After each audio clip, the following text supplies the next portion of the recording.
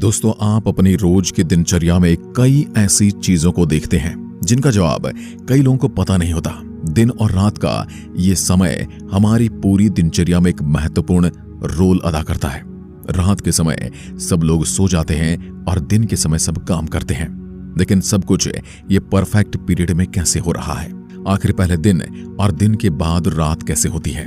ऐसा क्यों नहीं होता कि पहले 2 दिन हो जाएं, फिर 2 रातें हो जाएं? दिन और रात छोटे बड़े क्यों होते हैं? हर साल मौसम के अंदर बिल्कुल फिक्स समय में सब कुछ कैसे होता है? सर्दी, गर्मी, वर्षा की ऋतु समय पर कैसे आती है? और पृथ्वी पर ऐसी भी कई जगह मौजूद हैं जहां पर 6 महीने दिन और 6 महीने रात ही रहती है।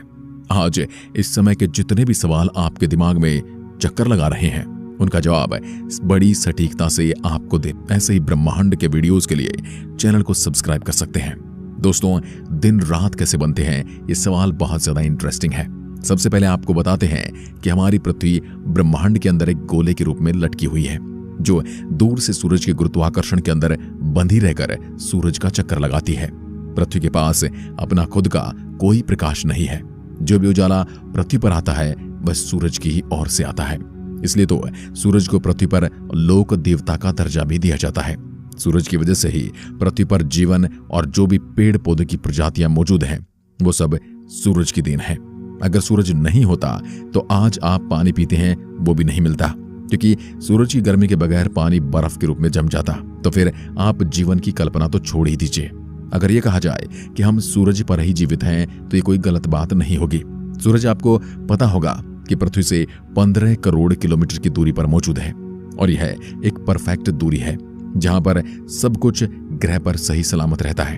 आप इसे हम इंसानों का भाग्य ही कह सकते हैं, क्योंकि शुक्र ग्रह सूर्य के नजदीक है। इस वजह से वहां पर जीवन का वातावरण नष्ट हो गया और मंगल पृथ्वी की तुलना में सूरज से ज्यादा दूर है, इसलिए वहां पर ठंड ज्यादा है। और अब हम अपने मेन सवाल पर आते हैं कि दिन रात बनते कैसे हैं। तो इस सवाल का सिंपल सा जवाब है कि पृथ्वी का जो आधा भाग सूरज की ओर होता है, जिस पर सूरज की रोशनी पड़ती है, उस साइड दिन रहता है, और जो भाग सूरज के बैक साइड में पड़ता है उस पर सूरज का प्रकाश नहीं जा पाता। इस वजह से उस वाले भाग में रात होती है। अब दूसरा जो सबसे इंटरेस्टिंग सवाल है कि आखिर दिन के पीछे रात और रात के पीछे दिन क्यों होता है? तो पृथ्वी अपने अक्ष यानी धुरी पर घूमती है। अगर विज्ञान की भाषा में कहें तो इसे परिभ्रमण काल कहा जाता है, और अपनी खुद की धुरी पर एक राउंड पूरा करने में पृथ्वी 24 घंटे का समय लेती है। इस 24 घंटे के समय अंतराल में पृथ्वी का कोई भी एक भाग हमेशा सूरज की ओर से गुजर रहा होता है। इस कारण सूरज की रोशनी इस भाग में पड़ती है तो इस वजह से दिन रहता है, और पृथ्वी का भाग जो पीछे की साइड रह जाता है वह भाग अंधेरे में रहने के कारण यहाँ पर रात होती है। ये कुछ ऐसे आप वीडियोस फुटेज में देख सकते हैं। इस प्रकार परिभ्रमण के एक चक्कर में लगभग आधे समय के लिए दिन होता है और आधे समय के लिए रात। तब दूसरा चक्कर आरंभ हो जाता है और इस प्रकार रात के पश्चात दिन और दिन के पश्चात रात रहती है। 24 घंटे के एक दिन रात को साधारण बोलचाल में एक दिन कहा जाता है। और अब आपके दिमाग में जो तीसरा सवाल आ रहा है कि दिन रात छोटे बड़े क्यों होते हैं, अब मैं आपको जो बात बता रहा हूं उसे बड़े ध्यान से समझिएगा। अब आपके दिमाग में ये पूरी तरह से कॉन्सेप्ट क्लियर हो जाएगा। यदि पृथ्वी का अक्ष पृथ्वी के कक्ष यानी सूरज के चारों ओर चक्कर लगाने वाले मार्ग पर लंबवत मतलब कि सीधा होता है, तो पृथ्वी पर ये प्रत्येक स्थान पर दिन रात बराबर होते हैं। लेकिन ऐसा है नहीं। यहाँ पर पृथ्वी का अक्ष पृथ्वी के कक्षा के साथ 66/2 डिग्री कोण बनाए रखता है और पूरे साल में परिक्रमण में झुकाव इस प्रकार रहता है। अब इस वजह से होता क्या है कि 21 जून को उत्तर ध्रुव सूर्य की ओर सबसे अधिक झुका होता है, जिस वजह से जून में उत्तरी गोलार्ध में दिन बड़े और रात छोटी होती हैं, और इसके उलट दक्षिण गोलार्ध में दिन छोटे हो जाते हैं और रातें बड़ी हो जाती हैं। और 22 सितंबर को दक्षिण ध्रुव सूर्य की सबसे अधिक ओर झुका रहता है, जिस वजह से उत्तरी गोलार्ध में दिन छोटे और रात बड़ी, और दक्षिण गोलार्ध में दिन बड़े और रात छोटे होते हैं। 21 मार्च और 23 सितंबर को उत्तरी और दक्षिणी ध्रुव का सूर्य के प्रति झुकाव एक समान होता है। इसका परिणाम यह होता है कि इस दिन और रात दोनों बराबर होते हैं। अब बात आती है पृथ्वी के ध्रुवीय इलाकों की।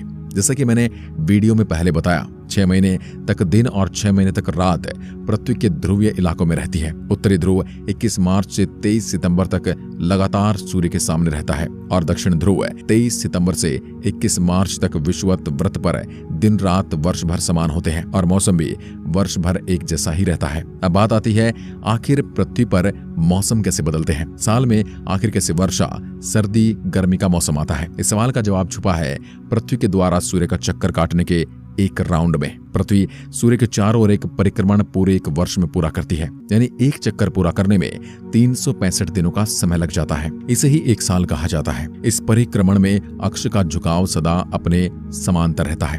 21 मार्च को सूर्य विषुवत वृत्त पर लंबवत चमकता है और 21 जून को 23.5 डिग्री उत्तर में कर्क वृत्त पर सीधा चमकता है। 23 सितंबर को विषुवत वृत्त पर सूर्य की किरणें लंबवत पड़ती हैं और 22 सितंबर को 23.5 दक्षिण में मकर वृत्त पर। इसका परिक्रमण यह होता है कि उत्तरी गोलार्ध में मार्च में बसंत ऋतु होती है, जून में ग्रीष्म ऋतु, सितंबर में शरद ऋतु और दिसंबर में शीत ऋतु होती है। दक्षिण गोलार्ध में ऋतुएं इसके विपरीत होती हैं। गर्मी के मौसम में दिन लंबे होते हैं और रात समय में छोटी होती हैं। सर्दी के ऋतु में दिन छोटे हो जाते हैं और रातें लंबी हो जाती हैं और बसंत और शरद ऋतु में दिन रात बराबर होते हैं और मौसम सुहावना होता है। दोपहर को सूर्य की किरणें लंबवत पड़ती हैं, परंतु प्रातः और साय के समय किरणें तिरछी होती हैं। यही कारण है कि दोपहर को हमारी छाया छोटी होती है, परंतु सवेरे और शाम के समय बड़ी होती है। इस प्रकार ग्रीष्म ऋतु में सूर्य दोपहर के समय शीत ऋतु की अपेक्षा अधिक लंबवत होता है। अतः ग्रीष्म ऋतु में साय छोटे होते हैं और शीत ऋतु में लंबे होते हैं। एक और बात ध्यान देने योग्य है, सूर्योदय के समय गर्मी हल्की होती है। जो जो सूर्य आकाश में ऊपर उठता है गर्मी बढ़ती जाती है। दोपहर के समय सूर्य सबसे अधिक ऊंचाई पर आ चुका होता है और फिर ढलने लगता है, परंतु गर्मी अभी भी 2 घंटे बढ़ती जाती है।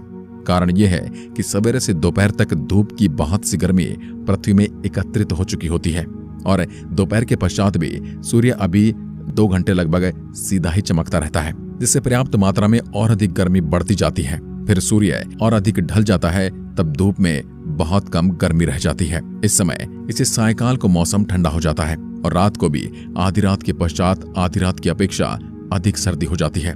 ठीक इसी प्रकार ऋतु के विषय में होता है।